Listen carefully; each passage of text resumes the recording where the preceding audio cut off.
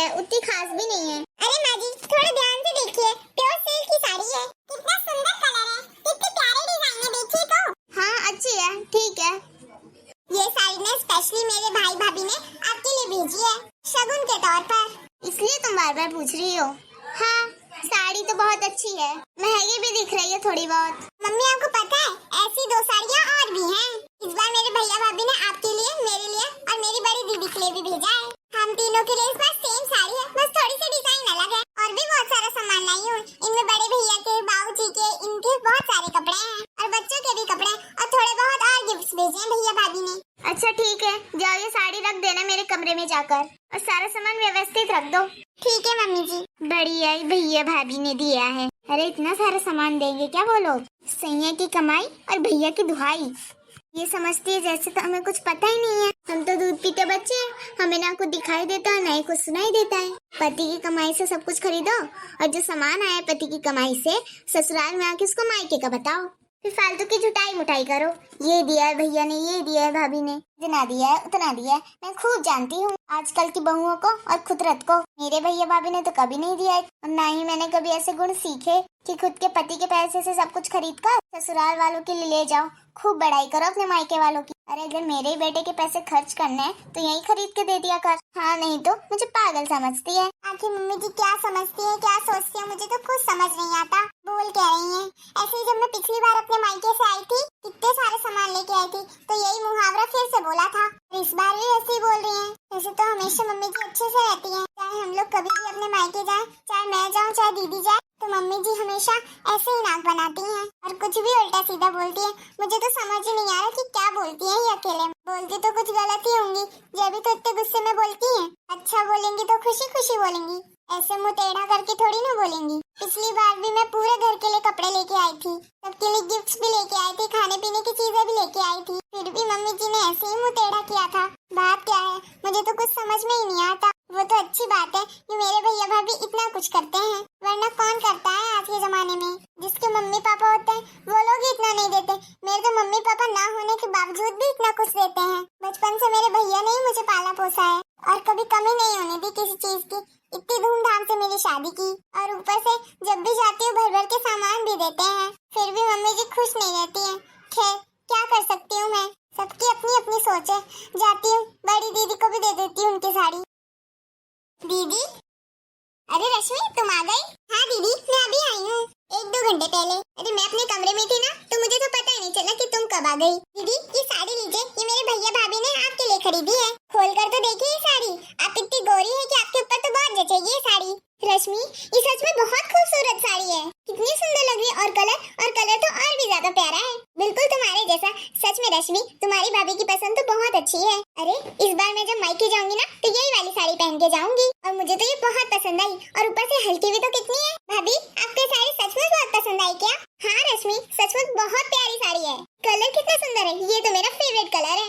बचपन से मुझे ये कलर बहुत पसंद है और अधिकतर ना मैं इसी कलर के कपड़े खरीदती हूँ। तुम्हें देखो ये कलर मैं लगा रही हूँ तो मेरे ऊपर कितना प्यारा लग रहा है, कितना खिल रहा है ना ये कलर। हाँ दीदी सच में आपके ऊपर बहुत प्यारा कलर लग रहा है ये। लेकिन दीदी मुझे आपसे एक बात पूछनी है। हाँ रश्मि पूछो, लेकिन तुम इतनी उदास क्यों हो गई? दीदी आपको याद है जब मैं पिछली बार अपने मायके से आई थी तब भी मैं बहुत सारा सामान लाई थी, सबके लिए कपड़े लाई थी, सबके लिए ढेर सारे गिफ्ट्स भी लेके आई थी और मम्मी जी को सारी चीजें मैंने दिखाई थी। लेकिन तब भी मम्मी जी ने यही कहा था कि सैया की कमाई भैया की दुहाई। और आपको पता है इस बार भी मैं जब आई ना तो सारा सामान सबसे पहले ना मैंने मम्मी जी को ही दिखाया और मम्मी जी ने देखते ही पिछली बार की तरह सेम मुहावरा बोल दिया मुझे जो पिछली बार बोला था, सैया की कमाई भैया की दुहाई। लेकिन दीदी इसका मतलब क्या होता है मुझे तो कुछ समझ में नहीं आता। और मम्मी जी ने कोई हंसकर ये बात नहीं बोली थी, बहुत गुस्से में ये बात बोली थी और ना जाने धीरे धीरे क्या क्या बुदबुदा रही थी और मुझे तो कुछ समझ में ही नहीं आया। दीदी दीदी सच में मेरे कुछ समझ में नहीं आए। अरे मेरी भोली भाली देवरानी तुम सच में बहुत बोली हो और बहुत प्यारी भी। अरे मम्मी जी ने जो इस मुहावरे को बोला है ना तुम्हें, इसका मतलब ये होता है कि सारा सामान तुमने देवर जी की कमाई से खरीदा है और यहाँ पर सबको अपने भैया भाभी की कमाई का बता रही हो कि भैया भाभी ने इतना सारा सामान दिया है तुम्हें। मम्मी जी को ऐसा लग रहा है कि ये सारा सामान तुम्हारे भैया भाभी ने नहीं दिया है तुम्हें, तुमने ना देवर जी के पैसे से सारी शॉपिंग की है और अपने भैया भाभी को बता रही हो कि तुम्हारे भैया भाभी ने ये सब खरीदा है। अब मम्मी जी बोल रही हैं कि तुम अपने भैया का गुणगान गा रही हो कि मेरे भैया ने खरीदा है, पर असलियत में तो मेरे बेटे ने सब कुछ खरीदा है, तेरे भैया भाभी ने नहीं। उनका कहने का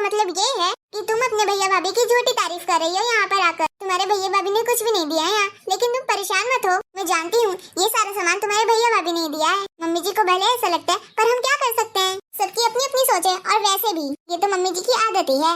शुरू में मैं भी मायके से बहुत सारा सामान लाती थी, मम्मी जी को सब कुछ खुशी खुशी दिखाती भी थी।